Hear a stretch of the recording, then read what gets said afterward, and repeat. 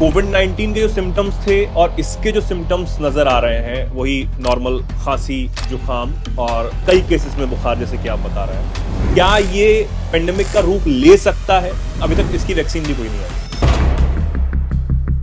हाँ, वैक्सीन इसकी कोई नहीं है। मतलब और भी कई तरह के रेस्पिरेटरी इन्फेक्शन है जिनकी वैक्सीन नहीं है, उसमें से ये भी वायरस है जिसकी कोई वैक्सीन नहीं है। आपको इरिटेशन रहेगा गले के अंदर और इसके अलावा आपको खांसी होगी। घर के अंदर बच्चा है और डेफिनेटली आप बाहर ट्रैवल करते हैं, क्योंकि बच्चे के पास इन्फेक्शन कहाँ से जाएगा? बच्चे के पास इन्फेक्शन तो बाहर से ही कैरी करके कोई लेकर जाएगा, कोई ना कोई कैरियर बनेगा। इसकी क्या कोई दूरी है कि इतनी दूरी तक अगर हम बैठे हैं आप मुझे इन्फेक्शन दे सकते हैं? हम लंबे समय तक बैठे हैं, 10-15 मिनट तक, आपको अपने हैंड वॉश करने हैं ठीक तरीके से, हैंड हाइजीन का ठीक तरीके से ध्यान रखना है। कोविड-19 के जो वायरस का इन्फेक्टिविटी रेट था कि एक पर्सन 10 से 12-18 लोगों तक को इन्फेक्ट कर सकता है, पर इसमें जितनी भी रिसर्च इसको लेकर की गई है उसमें है कि एक इंसान सिर्फ 1 या 2 पर्सन को इन्फेक्ट कर सकता है, तो उतनी इन्फेक्टिविटी रेट नहीं है।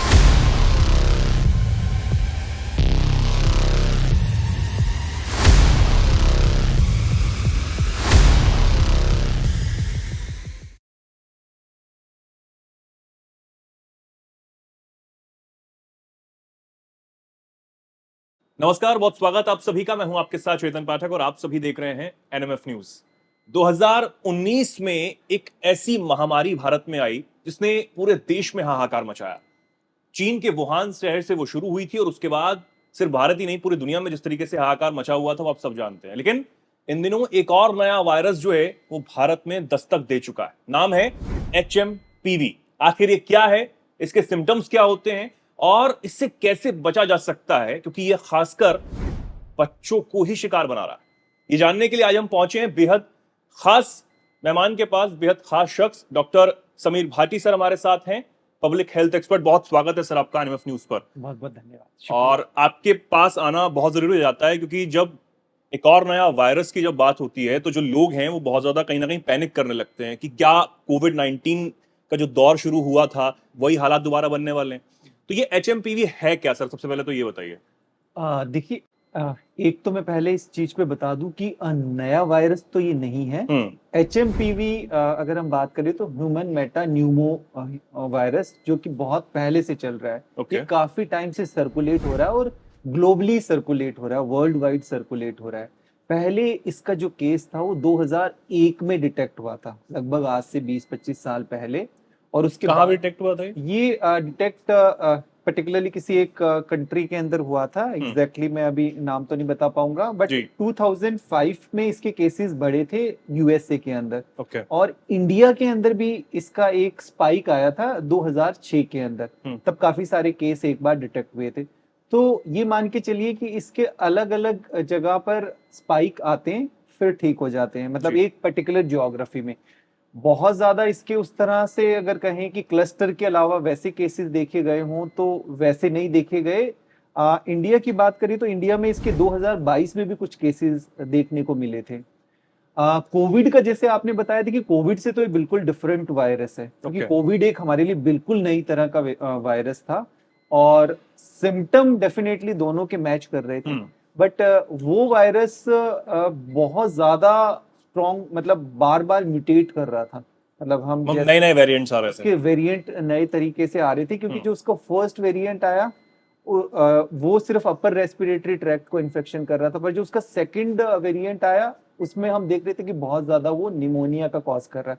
तो कोविड से खैर ये डिफरेंट है और इसके बारे में ऑलरेडी काफी हद तक हम बहुत सारी चीजें जानते हैं कि इसके सिम्टम क्या होते हैं, इसका मोर्टेलिटी रेट क्या है, इसकी इन्फेक्टिविटी रेट क्या है। तो ओवरऑल अगर हम कहें तो इसके बारे में सभी तरह की जानकारी उपलब्ध है। जब हम वायरस की बात करते हैं तो अभी तक जो केसेस सामने आए हैं बेंगलोर में, कर्नाटका में जो केसेस शुरुआत में सामने आए हैं उसमें बच्चों को ही ये वायरस हुआ है। और जितना मैंने पढ़ा, जो मेरी जानकारी में है, उनकी कोई ट्रेवल हिस्ट्री नहीं थी, क्योंकि शुरुआत से कहा जा रहा है कि ये चाइना का ही वायरस है। क्या ये पुष्टि हो चुकी है कि ये चाइना का ही वायरस है? और क्योंकि बच्चों की कोई ट्रेवल हिस्ट्री नहीं थी और आप बता रहे हैं कि पुराना वायरस है, तो क्या ये कंपैरिजन किया जा सकता है उससे? तो देखो, चाइना का वायरस है कि नहीं ये कहना मुश्किल है, क्योंकि चाइना के अंदर अभी जैसा हम सोशल मीडिया के अंदर देख रहे हैं कि वहां के हॉस्पिटल्स में काफी केसेस देखने को मिल रहे हैं, और खासतौर पे बच्चों के अंदर।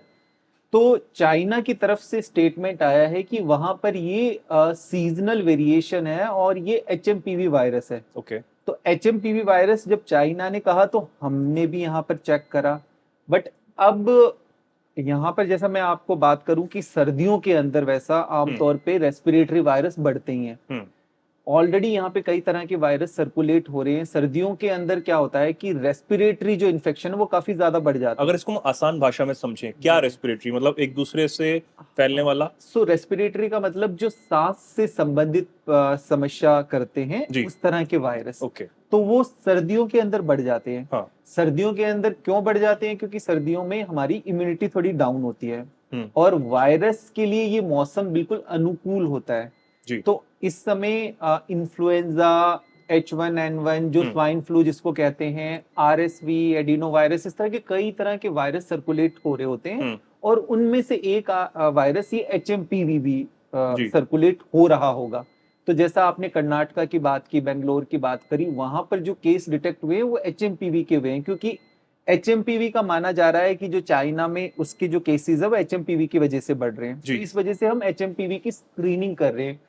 पर जैसा आपने बताया कि बच्चे की कोई कॉन्टेक्ट हिस्ट्री तो नहीं थी। देखिए, इसको ऐसे देखा जा सकता है कि वायरस तो हो सकता है वर्ल्ड वाइड ऑलरेडी सर्कुलेट हो ही रहा हो जी, क्योंकि अभी हमने जांच करके चेक करा कि हमारी कंट्री में है कि नहीं, तो हमें मिला। पर वायरस तो वातावरण में ऑलरेडी सर्कुलेट हो ही रहा होगा।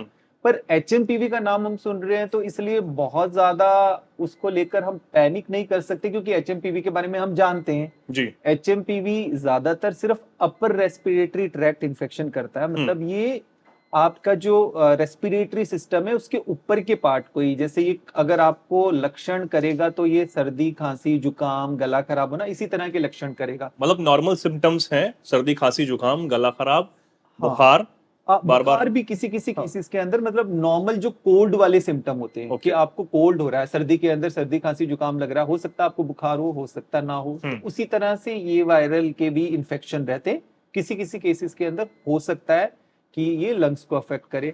अब आपने जैसा पूछा कि फिर बच्चों में केसेस ज्यादा देखने को क्यों मिल रहे हैं, या अभी तक जो आए हैं वो बच्चों में ही आए? हाँ, अभी तक जो आए, जो हमने भी केस डिटेक्ट करे यहाँ पर, वो बच्चों के ही थे, और जो चाइना से भी पिक्चर्स आ रही है वो बच्चों की आ रही है।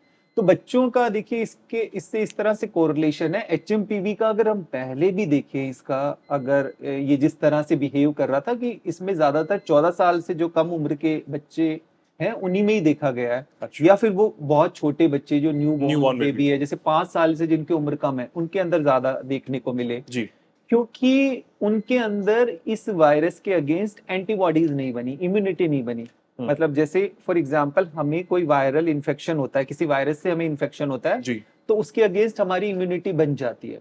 तो दोबारा जब हमें इन्फेक्शन होगा तो हमारे पास उसकी ऑलरेडी एंटीबॉडीज होंगी, तो वो वायरस हमें असर नहीं करेगा। पर छोटे बच्चे तो उससे इन्फेक्ट ही नहीं हुए, तो इस वजह से उनको तो होगा ही होगा। तो वो अपनी लाइफ साइकिल में हमें होता रहता है ये इन्फेक्शन, और जैसे हमें एंटीबॉडीज बनती रहती है तो उसके बाद उसकी सीवियरिटी कम हो जाती है। चाइना में थोड़ा ज्यादा इसलिए देखा जा रहा है, एक तो स्क्रीनिंग तो उनकी ज्यादा रहती है कि टेस्टिंग ज्यादा कर रहे हैं तो आपको ज्यादा नंबर दिख जाएंगे। दूसरा, चाइना में देखें तो चाइना में आपको ध्यान होगा कि करीबन 3 साल तक लॉकडाउन रहा था, और बिल्कुल बहुत ही स्ट्रिक्ट तरीके का लॉकडाउन वहां पर। तो इतना स्ट्रिक्ट तरीके का लॉकडाउन रहेगा, और जो लॉकडाउन एकदम से उनका जब खुला जी, तो वहां पर फिर कई तरह के वायरल इन्फेक्शन होने लग गए, क्योंकि वहां के जो बच्चे थे वो ससेप्टेबल बन गए, मतलब उनकी इम्यूनिटी बनी ही नहीं। क्योंकि जब आपको इन्फेक्शन होगा तभी आपकी इम्यूनिटी बनेगी ना, तो उनकी वो नेचुरल इम्यूनिटी बनी नहीं। तो आपको याद होगा पिछले साल भी दिसंबर के अंदर वहां पर उनका, क्योंकि चाइनीज न्यू ईयर होता है इस समय, तो वो लोग ज्यादा इकट्ठे होते हैं, तो चाइना के अंदर पिछले साल माइकोप्लाज्मा निमोनिया ज्यादा बढ़ा था। तो फिर उस टाइम हम लोगों ने भी यहाँ पे ज्यादा, भारत में भी माइकोप्लाज्मा निमोनिया के टेस्ट ज्यादा करके देखे थे, और इस साल फिर वहां पर ये HMPV की बात चल रही है। तो ये कुछ कारण है ऐसा, पर अगर ओवरऑल इसमें देखने को मिलता है तो यही मिलता है कि नया वायरस तो नहीं है, पुराना नोन वायरस है। हाँ, पर एक चीज यहाँ पर जरूर, जो पब्लिक हेल्थ एक्सपर्ट वाले लोग हैं और सरकारें भी जो इसलिए ज्यादा सचेत हो रही हैं और ज्यादा सर्विलेंस बढ़ा रही है और अपनी तरफ से ज्यादा एडवाइजरी निकाल रही है, वो इसलिए निकाल रही है कि चाइना एक तो अपना डेटा शेयर करता नहीं है जी, और क्योंकि चाइना के अंदर पहले भी ऐसा हुआ था, कोविड के समय भी ऐसे हुआ था कि लंबे समय तक उन्होंने डेटा को छुपा के रखा और हमें पता नहीं लगा। तो इस वजह से थोड़ा सा गवर्नमेंट उस चीज को थोड़ा प्रोएक्टिवली अप्रोच दिखाकर वो अपने स्तर पर सर्विलेंस और स्क्रीनिंग, क्या टेस्टिंग बढ़ रही है अभी? हाँ, सो टेस्टिंग अभी सिर्फ गवर्नमेंट के स्तर पर ही बढ़ रही है। अभी प्राइवेट जगह पर जब तक गवर्नमेंट की तरफ से कोई डायरेक्शन नहीं आती तब तक और उस तरह से ओपनली होता नहीं है, पर इसका टेस्ट, यानी कि जो गाइडलाइन कोविड-19 के बाद दी गई कि कोई भी अगर पेशेंट आता है किसी भी बीमारी को लेकर तो पहले इसका कोविड टेस्ट होना अनिवार्य हो जाता है, ऐसा भी कुछ भी नहीं हुआ? ऐसा नहीं है, पर अभी ऐसा है कि अगर आपके सांस से संबंधित इन्फेक्शन ज्यादा बढ़ रहे हैं जी, उसका रिपोर्ट करना होता है हॉस्पिटल को। तो वो गवर्नमेंट की तरफ से एक डायरेक्शन है, तो उसका एक पोर्टल बना हुआ होता है, तो वहां पर उनको रिपोर्ट करना पड़ता है कि सांस से संबंधित इतनी बीमारियां बढ़ रही है। क्योंकि जैसा मिनिस्ट्री ने भी इस तरह की गाइडलाइंस जारी की थी कि अगर सांस से संबंधित बढ़ रही है बीमारियां तो फिर उस तरफ इशारा जाता है कि कोई ना कोई वायरस आया है। और दूसरा एक चीज जो मैं अभी बात कर रहा था, क्योंकि चाइना से वायरस आया है, पर वायरस का वो HMPV बता रहे हैं, पर HMPV क्योंकि ये वायरस अपना रूप स्वरूप बदलते रहते हैं क्योंकि इनके अंदर म्यूटेशन होता रहता है। तो क्या जो HMPV है उसमें कोई नई तरह का म्यूटेशन हुआ है, वो देखना भी जरूरी है।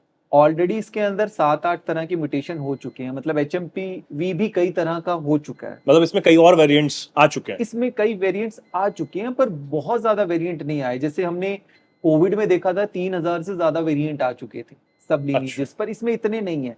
ऑलरेडी 25-20 साल में भी ये बहुत ज्यादा म्यूटेट करानी है, तो इसलिए ये पता लगता है कि ये वायरस बहुत ज्यादा इसके अंदर बदलाव नहीं आने वाले, जो पुराने लीनिएजेस हैं वही सर्कुलेट हो रहे हैं। लेकिन अभी जो हम बात कर रहे हैं इस वायरस के बारे में, हालांकि आपने बिल्कुल बताया कि ये नोन वायरस है, पहले से ही मौजूद है, लेकिन कोविड-19 बहुत अलग था। अब कोविड-19 के जो सिम्टम्स थे और इसके जो सिम्टम्स नजर आ रहे हैं वही नॉर्मल खांसी, जुकाम और कई केसेस में बुखार, जैसे कि आप बता रहे हैं लंग्स को इन्फेक्ट करता है। तो क्या ये पेंडेमिक का रूप ले सकता है? अभी क्या स्थिति नजर आती है? क्योंकि अगर 2001 से आपने बताया कि 2001 से हमारे बीच मौजूद है और अगर अभी भी दोबारा से फैल रहा है तो इसको लेकर क्या जागरूकता अभी तक नहीं थी? क्या ये आगे जाके पेंडेमिक का रूप ले सकता है? तब हम समझेंगे।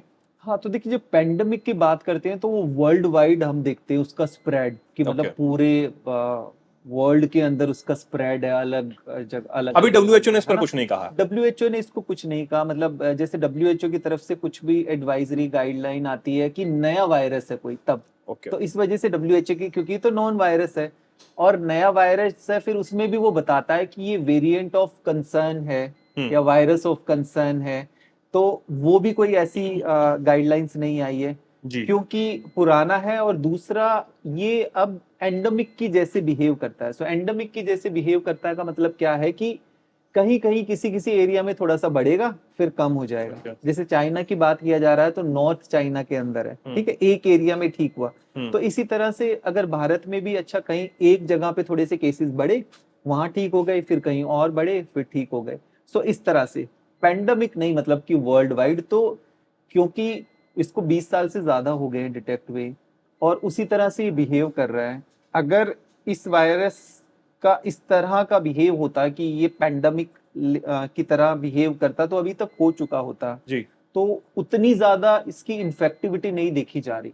मतलब गवर्नमेंट की तरफ से भी क्या स्टेप्स लिए जा रहे हैं इसे लेकर, इसे ताकि लोगों तक अवेयरनेस जो है वो पहुंचाई जाए? बिल्कुल बिल्कुल, देखिए, गवर्नमेंट की तरफ से अभी अवेयरनेस के ऊपर ही काम चल रहा है और जैसा गवर्नमेंट की तरफ से कुछ डायरेक्शन इंस्ट्रक्शंस आई गई है कि इसके लिए क्या टेस्टिंग प्रोटोकॉल है, इसके लिए क्या डूज एंड डोंट्स है, मतलब क्या क्या सावधानियां बरतनी है, तो वही जो किसी वायरल इन्फेक्शन के लिए हम सावधानियां बरतते हैं वही इसी के लिए।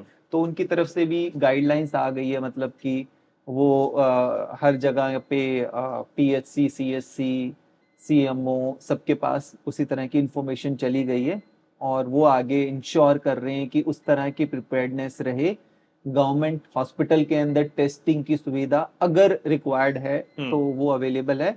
तो क्योंकि इसके सभी तरह के प्रोटोकॉल ऑलरेडी अवेलेबल है, तो इस वजह से बहुत ज्यादा इसको लेकर क्योंकि अवेयर रहना जरूरी है, अलर्ट रहना जरूरी है कि कोई नई तरह का वेरिएंट तो नहीं है। बाकी गवर्नमेंट के स्तर पे इसका सीक्वेंसिंग भी किया जा रहा है। सीक्वेंसिंग का मतलब कि HMPV वायरस जो डिटेक्ट हुआ है, जिसका पता लगा, उस वायरस की फिर से डिटेल में जांच कि इस वायरस में कोई नई तरह का वेरिएंट तो नहीं आया, तो वो जांच गवर्नमेंट के स्तर पे की जा रही है। और बाकी लोगों को तो अवेयर और इंफॉर्मेशन दिया जा रहा है कि क्या क्या आपको चीजों को ध्यान रखना है। और दूसरा, जैसा कि इस वायरस के बारे में हम बात करते हैं कि एज सच इसका कोई ट्रीटमेंट प्रोटोकॉल नहीं है। पहले से भी बात करें तो कि इसका ये फिक्स्ड ट्रीटमेंट है या ये इसकी वैक्सीन है, अभी तक इसकी वैक्सीन भी कोई नहीं आई है। हाँ, वैक्सीन इसकी कोई नहीं है। मतलब और भी कई तरह के रेस्पिरेटरी इन्फेक्शन है जिनकी वैक्सीन नहीं है, उसमें से ये भी वायरस है जिसकी कोई वैक्सीन नहीं है। क्योंकि उस तरह से कोई ये घातक, क्योंकि कोई वायरस को हम किस तरह से देखते हैं कि क्या ये वायरस बहुत ज्यादा इन्फेक्टिव है, मतलब इसका संक्रामक दर ज्यादा है, क्योंकि इन्फेक्टिव होगा तो बहुत ज्यादा कम्युनिटी को इन्फेक्शन कर देगा। और अगर बहुत ज्यादा कम्युनिटी को इन्फेक्शन करता है तो उस कम्युनिटी में हर तरह के लोग होंगे। एक है जो बिल्कुल हेल्दी हैं, जिनको कोई प्रॉब्लम नहीं है, एक उस कम्युनिटी में बच्चे भी हैं जिनकी इम्यूनिटी अभी डेवलप हो रही है, उस कम्युनिटी के अंदर एल्डरली लोग भी हैं जिनकी इम्यूनिटी वीक है, और उस कम्युनिटी में ऐसे लोग भी हैं जो इम्यूनो कॉम्प्रोमाइज्ड है, मतलब जिनकी इम्यूनिटी ठीक नहीं है। तो वायरस सबके जिसको भी इन्फेक्ट करता है उसको अलग अलग तरीके से अफेक्ट करता है जी, उसकी इम्यूनिटी के हिसाब से। तो निश्चित तौर पे जिनको पहले से इम्यूनिटी कॉम्प्रोमाइज्ड है, हार्ट लंग से रिलेटेड कोई प्रॉब्लम है, ट्रांसप्लांट के कोई पेशेंट है जिनका कीमोथेरेपी, इम्यूनोथेरेपी कोई ट्रीटमेंट चल रहा है कैंसर का, प्रेग्नेंट विमेन है, तो डेफिनेटली इनको थोड़ा वो डिफरेंट और ज्यादा अफेक्ट करेगा।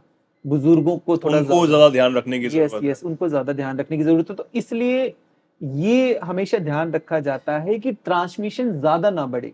मतलब चाहे खतरनाक हो ना वायरस, ठीक है, हमें पता है कि नहीं घातक, पर इम्यूनिटी जिसकी वीक है तो ऑब्वियसली उसके लिए तो वो घातक ही है। और ये इसलिए भी जरूरी हो जाता है क्योंकि कोविड-19 जब हुआ तब हम शायद शुरुआत में उसको बहुत ज्यादा हल्के में ले रहे थे, फिर उसके बाद जब अवेयरनेस बढ़ी तो लोगों ने उसे सीरियसली लेना शुरू किया, लेकिन तब तक सेकंड वेव, थर्ड वेव तक बहुत सिचुएशन खराब हो चुकी थी। उसके बाद जब हम देखते हैं अभी भी, क्योंकि कोरोना पूरी तरीके से गया नहीं, हमारे बीच में ही मौजूद है, इसको कहना गलत तो नहीं होगा? हाँ, जो कोरोना भी अब एंडेमिक जैसा बन गया और वो वायरस अब वीक होता चला गया। आपने देखा होगा जब थर्ड वेव में ओमिक्रॉन, जो कि बहुत ही वीक हो गया था, और दूसरा कोविड के अगेंस्ट हमारी इम्यूनिटी भी बन गई, क्योंकि हमारी नेचुरल इम्यूनिटी भी बन गई, हम लोगों को वैक्सीन भी लग गई, तो हमारी हाइब्रिड इम्यूनिटी बन गई, और उसके बाद हम री इन्फेक्ट भी होते हैं। लेकिन क्या हम लापरवाह हैं उसको लेकर अभी? नहीं, मैं वही बता रहा हूँ। देखिए, कोरोना भी जैसे अब एंडेमिक की तरह हो गया, तो वो भी अब प्रेजेंट हो गया, वो भी हमारी वायरस की लिस्ट में एक वायरस और ऐड हो गया। तो जैसे ये सारे वायरस है, वैसे ही वो वायरस भी एक और ऐड हो गया। तो हो सकता है अगर आप टेस्ट करना शुरू करोगे इस समय, किसी का कोरोना भी पॉजिटिव, कोविड भी पॉजिटिव आ सकता है, पर वो उतना ज्यादा हमारे लिए अभी फिलहाल घातक नहीं रहा है ना, क्योंकि उसमें ऑलरेडी HMPV में जो हम देख रहे हैं अभी भी बच्चों को ज्यादा इफेक्ट हो रहा है। तो जो पहले केसेस इससे पहले जो आए हैं वो भी क्या ज्यादातर बच्चों में ही रहे या फिर बड़ों में भी वो केसेस ज्यादा आए हैं?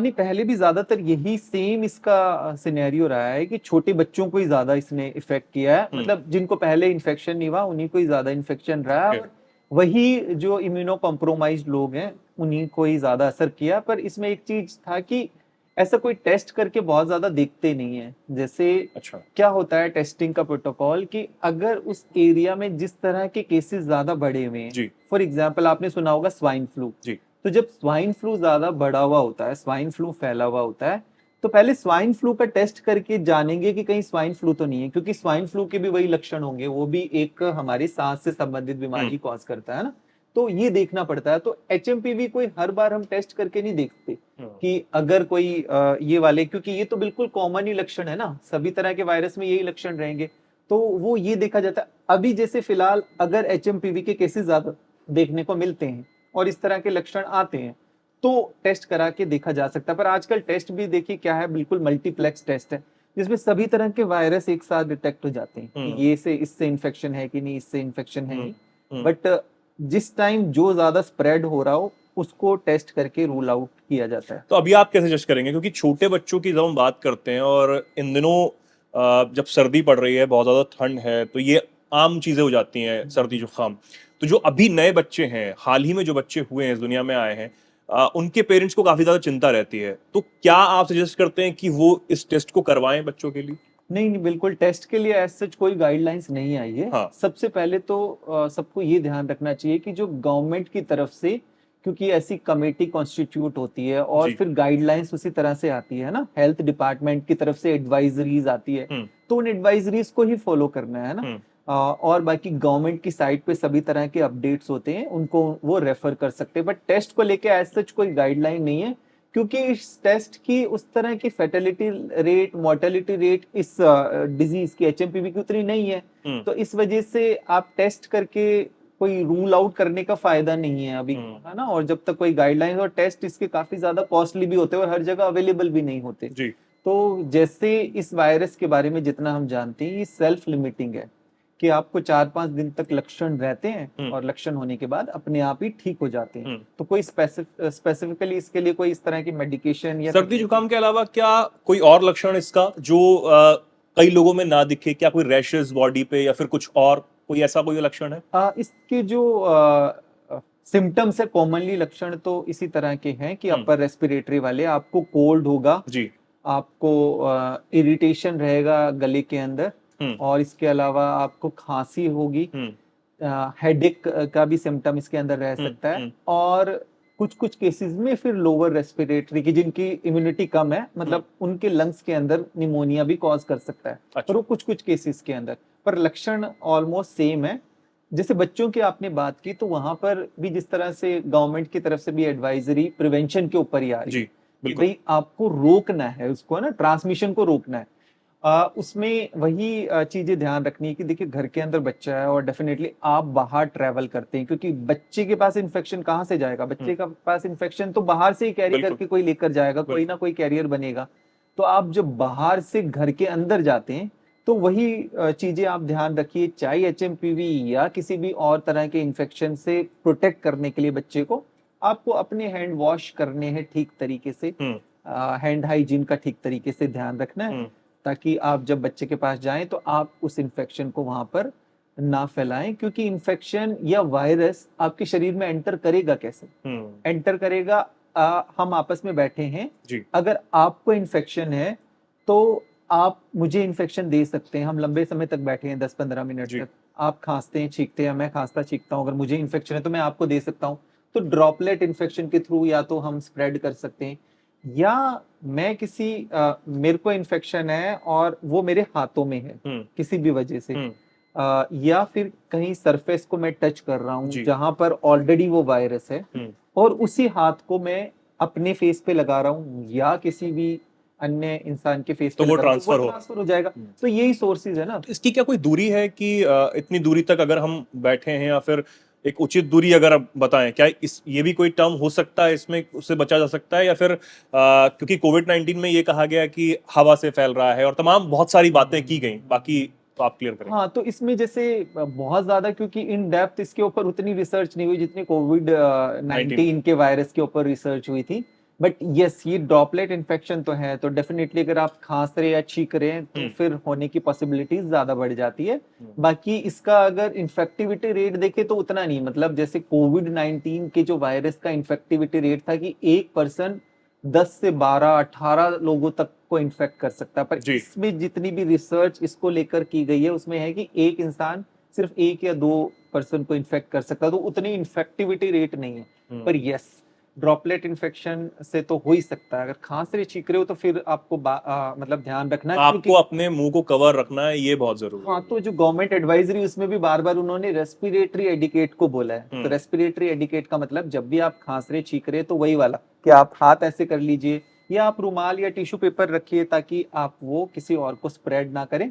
और दूसरा, जैसे बार बार उसी बारे में बात की गई है कि भाई आप भीड़ भाड़ वाले जगह पर जा रहे हैं तो आपको ध्यान रखना ही है कि वहां पर कौन इन्फेक्टेड है। एक चीज आपने बताई कि कोई भी सरफेस को हम टच ना करें, मतलब, और उसके बाद हम हैंड वॉश करें, सबसे पहले ये ज्यादा जरूरी हो जाता है।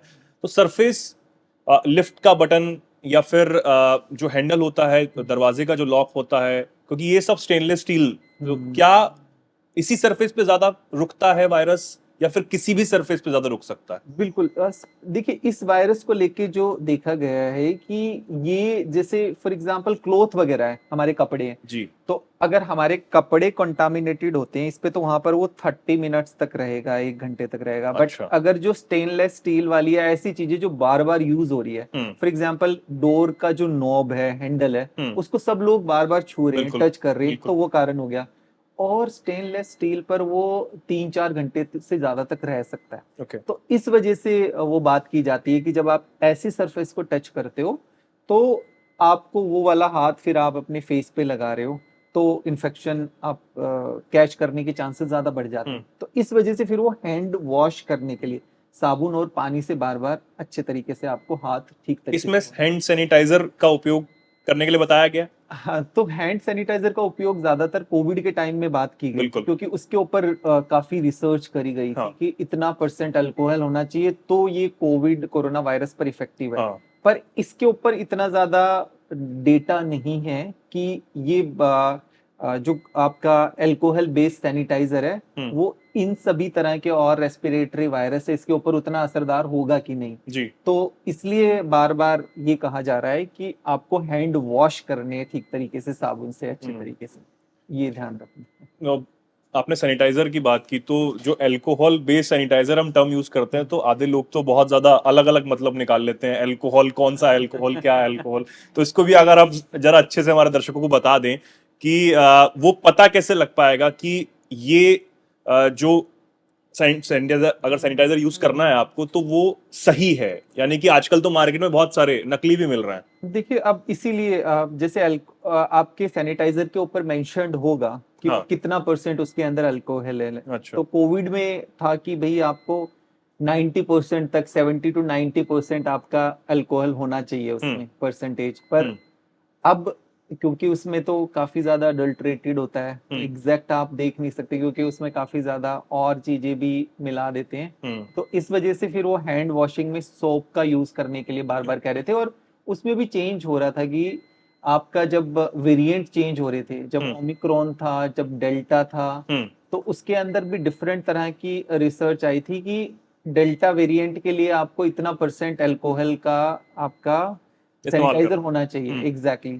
तो वो बहुत तरह की उस पर रिसर्च की गई थी, पर फिर भी अभी जो एडवाइजरी है उसमें तो मेंशन किया गया है कि आपको हैंड वॉश करने, साबुन से ठीक तरीके से हैंड वॉश करने, क्योंकि आपका सैनिटाइजर की क्वालिटी कई बार हम इंश्योर नहीं कर पाते। ये बहुत जरूरी हो जाता है। 20 सेकेंड्स तक आपको अच्छी तरीके से हैंड वॉश करने, तो इस वजह से वो बार बार इसी चीज पे बात करें और बार बार फ्रीक्वेंट पे बात करी गई है कि क्योंकि आपको रेगुलर बार बार एक और गाइडलाइन दी गई है कि भीड़ भाड़ वाले इलाकों में जाने से बचना चाहिए। हालांकि मैं ये बात बोलने से पहले जरा बता दूं कि हम जो आज चर्चा कर रहे हैं अवेयरनेस के लिए है, आप लोगों के लिए, ताकि आप जो चीजें हैं, जो भी वायरस फैल रहा है या फिर कुछ भी है, उससे आप अपना बचाव कर सकें, अपने फैमिली मेंबर्स का बचाव कर सकें, आसपास वाले लोगों का बचाव कर सकें। ये बहुत जरूरी रहता है। इसमें कोई डरने वाली या पैनिक करने वाली सिचुएशन नहीं होती है। अपने आप को जागरूक करना, और इसलिए हम आपके लिए ही बातचीत करने आए हैं सर से। अभी क्योंकि महाकुंभ होने जा रहा है प्रयागराज में, और जो आंकड़ा है वो 20, 30, 40 करोड़ तक का भी बताया जा रहा है कि इतने लोग पहुंचेंगे, कई बहुत ज्यादा संख्या में पहुंच भी रहे हैं।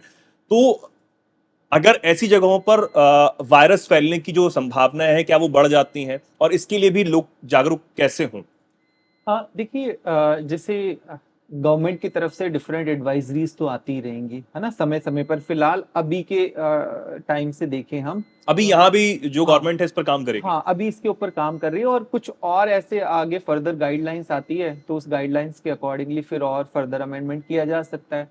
क्योंकि वहां पर भी अगर लगता है कुछ हाई रिस्क वाले लोग हैं, वो तो वैसे भी हम बात करते हैं हमेशा कि आप कहीं पर भी जाते हैं और आप हाई रिस्क में हैं, आपको कोई कोमॉर्बिड है, कोई पहले से आपको बीमारी है, आपको चेस्ट से संबंधित बीमारी है जी। आपको हार्ट से रिलेटेड कोई प्रॉब्लम है, सीओपीडी, अस्थमा, ऐसी कोई चीज है, तो आप कहीं पर भी जाते हैं, किसी भी जगह पर जाते हैं, रिलीजियस प्लेस पर जा रहे हैं, कहीं भी जा रहे हैं, तो डेफिनेटली आपको सावधानी तो बरतनी है। आपको अपनी रेगुलर जो आप मेडिसिन लेते हैं, दवाएं लेते हैं, उनका आप ध्यान रखें। और मास्क तो आपकी प्रोटेक्शन के लिए है ना, मास्क तो वैसे भी आपको पोल्यूशन से बताता है, और भी कई तरह के वायरस सर्कुलेट। तो इन जनरल हम हेल्थ के बारे में बात कर रहे हैं, हम स्पेसिफिक इस वायरस के बारे में बात नहीं कर रहे। और इसमें जैसा आपने भी बिल्कुल ठीक बताया है कि देखिए जितना ज्यादा हम अवेयर करते हैं, एजुकेट करते हैं, उतना ज्यादा फिर पैनिक कम होता है। बिल्कुल। पर अदरवाइज तो आप ये देखिए कि किस तरह से लोग पैनिक हो रहे हैं और बात कर रहे हैं कि चाइना से नया वायरस आ गया। हम उसी चीज को, उस मिथ को क्लियर कर रहे हैं बिल्कुल। कि नया वायरस नहीं है और इससे बचना कैसे है। बचना तो बाकी जो भी भीड़ भाड़ की या कोई ऐसी गैदरिंग होगी तो डेफिनेटली आगे गवर्नमेंट की तरफ से क्या गाइडलाइंस आती है, उन गाइडलाइंस के अकॉर्डिंगली फिर फर्दर प्रोटोकॉल डिसाइड होते हैं उस एरिया में। अभी गवर्नमेंट की तरफ से और क्या कुछ गाइडलाइंस दी गई हैं? उन्होंने ये बताया है कि आप जो अगर आप बीमार हैं तो अपना ख्याल रखें सबसे पहले तो, और बार बार जो है 20 सेकंड तक आप हाथ जरूर धोएं अगर आप बाहर से आ रहे हैं घर में, तो ये सबसे पहला काम आपका हो जाता है। इसको अगर आप रूटीन में कर लें तो ज्यादा अच्छा होगा, इसमें कुछ बुरी बात भी नहीं है।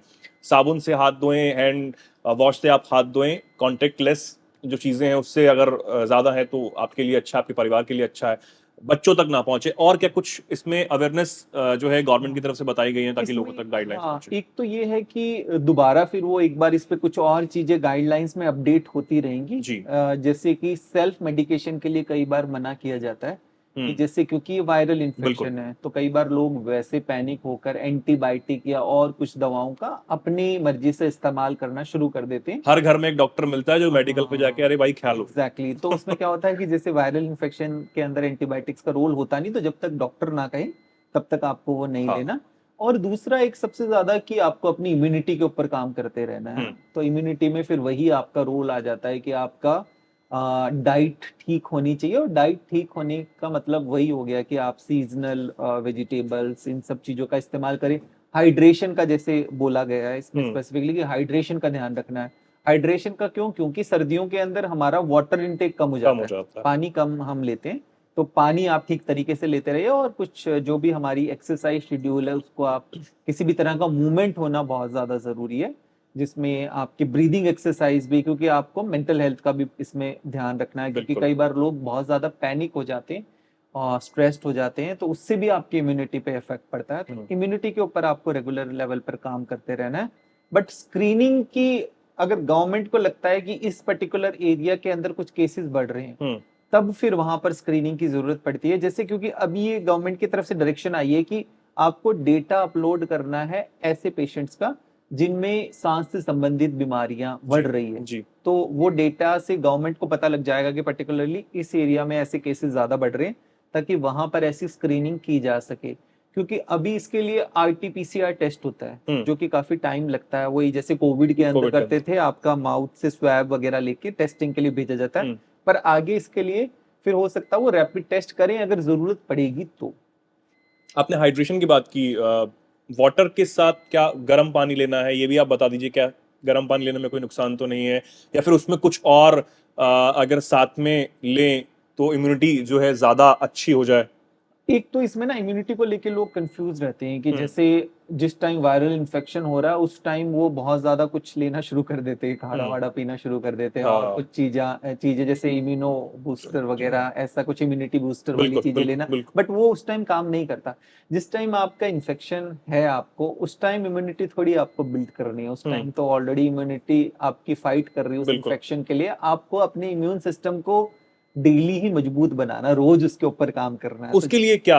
हाँ, तो उसके लिए रेगुलर लेवल पे जो काम करना है उसमें यही चीजें काम करेगी। आपकी नींद ठीक होनी चाहिए, आपका डाइट ठीक होना चाहिए। अब डाइट ठीक होने का मतलब ये है कि आपको बहुत ज्यादा ऑयली फ्राइड चीजें, बाहर की चीजें, ये जितना हो सके अवॉइड करें। क्योंकि कई बार आप बाहर का खाते हैं उससे भी कई तरह के इन्फेक्शन होने के चांस बन जाते हैं। और ज्यादातर देखा गया है कि आप इस टाइम जब मौसम बदल रहा है, टेम्परेचर में भी काफी बदलाव है, आप बहुत ज्यादा ठंडी कोई चीजें लेते हो तो कई लोगों का को सोर थ्रोट हो जाता है। सोर थ्रोट होने के बाद फिर उनकी इम्यूनिटी डाउन हो जाती है। फिर उनको कोई भी तरह का इन्फेक्शन कैच कर लेता है इजीली। तो इस वजह से वो आप बात कर रहे हैं कि आप वार्म वाटर ले लीजिए। मतलब बहुत ज्यादा चिल्ड पानी, फ्रिज का पानी ठंडा, इस सब चीज से बचना। वार्म वाटर से आप गार्गल भी कर सकते हैं जैसे कोविड में, क्योंकि कुछ होम रेमेडीज भी होती हैं जो आम लोग अपने घर में इस्तेमाल करते हैं कि आप गर्म पानी में हाँ, किसी तरह की कुछ काफी भी, चीजें, कोई हाँ, भी गर्म पानी में गरम जैसे मसाले या कुछ भी जो भी लोग अपने घर में इस्तेमाल कर लेते हैं, क्या कुछ ऐसी रेमेडीज कुछ लोगों के लिए? हाँ, होम रेमेडीज में तो सिर्फ यही है कि आप सॉल्ट वाटर हल्के से जब भी घर में जाएं तो आप सॉल्ट वाटर गार्गल जरूर कर लें। हाँ। और जैसे अभी मौसम में काफी ज्यादा बदलाव है नॉर्थ इंडिया के, ठंड ज्यादा है, तो आप अपना वो वाला प्रोटेक्शन जरूर कर हाँ। पहने, मतलब कपड़े वगैरह ठीक पहनिए।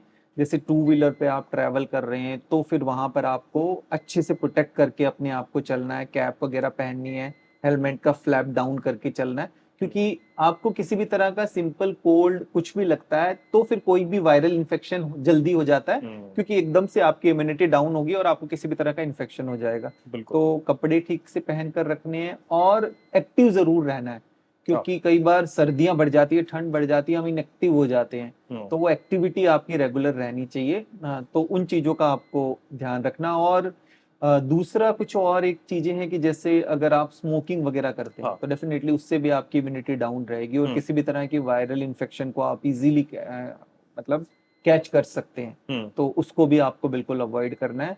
ये छोटी छोटी चीजें हैं। और दूसरा, जिनको हाई रिस्क वाले लोग हैं, जैसे जो बुजुर्ग लोग हैं, जिनको कोई पहले से प्रॉब्लम है, लंग से संबंधित प्रॉब्लम है, हार्ट से संबंधित, तो वो अपने डॉक्टर से बात करके जो वायरल की वैक्सीन, फ्लू की वैक्सीन होती है, वो हर साल लगती है, वो वैक्सीन अपडेट होती रहती है, तो वो जरूरी है लगाना।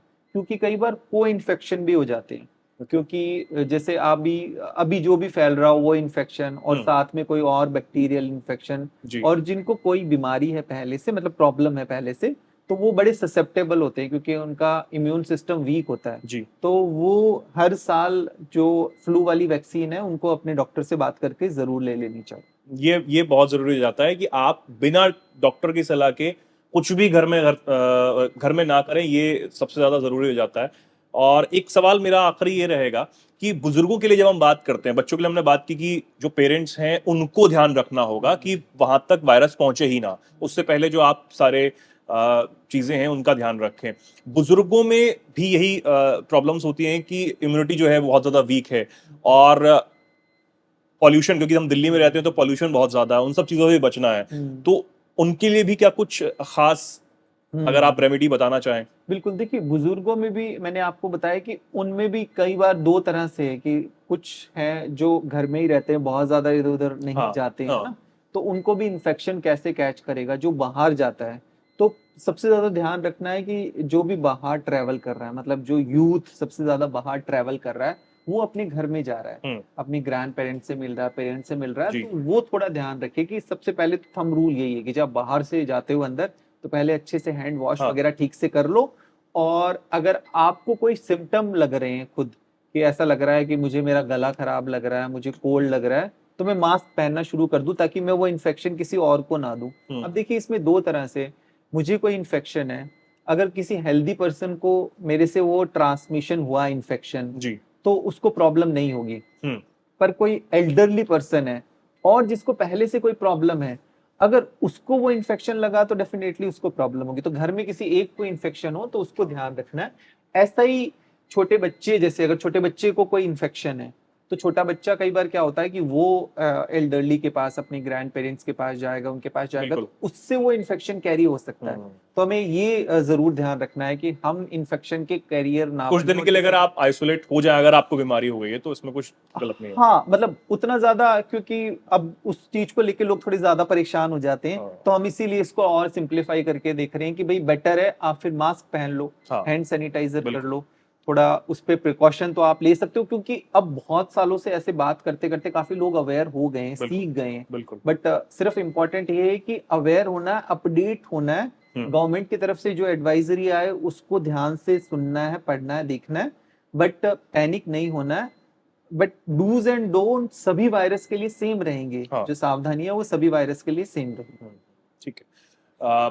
तो डॉक्टर साहब ने जैसे बताया कि सबसे पहले आपको, अगर आप घर जा रहे हैं तो आपको खुद ही अपना ध्यान रखना है, अपने परिवार का ध्यान रखना है, जो भी आपके फैमिली मेंबर्स हैं उनका आपको ध्यान रखना है, क्योंकि अगर वायरस आपके घर तक पहुंच रहा है तो हो सकता है कि वो आपके साथ ही जाए। तो इसीलिए जो बताया डॉक्टर साहब ने कि आप, पहली बात तो पैनिक करने की सिचुएशन नहीं है बिल्कुल भी, जो गवर्नमेंट की तरफ से बताया जा रहा है, जो भी डॉक्टर्स की तरफ से बताया जा रहा है, बस उसी को आप फॉलो करें। और इसी के साथ कुछ जो रेमेडीज हैं या फिर कुछ जो जरूरी चीजें हैं उनका जरूर ध्यान रखें। जैसे कि आप अगर बीमार पड़ जाते हैं, अगर खांसी जुकाम आपको हो जाता है, तो उसके लिए आप अपना मुंह जरूर ढकें, और खांसते सीखते वक्त मुंह ढकना तो जरूरी हो ही जाता है।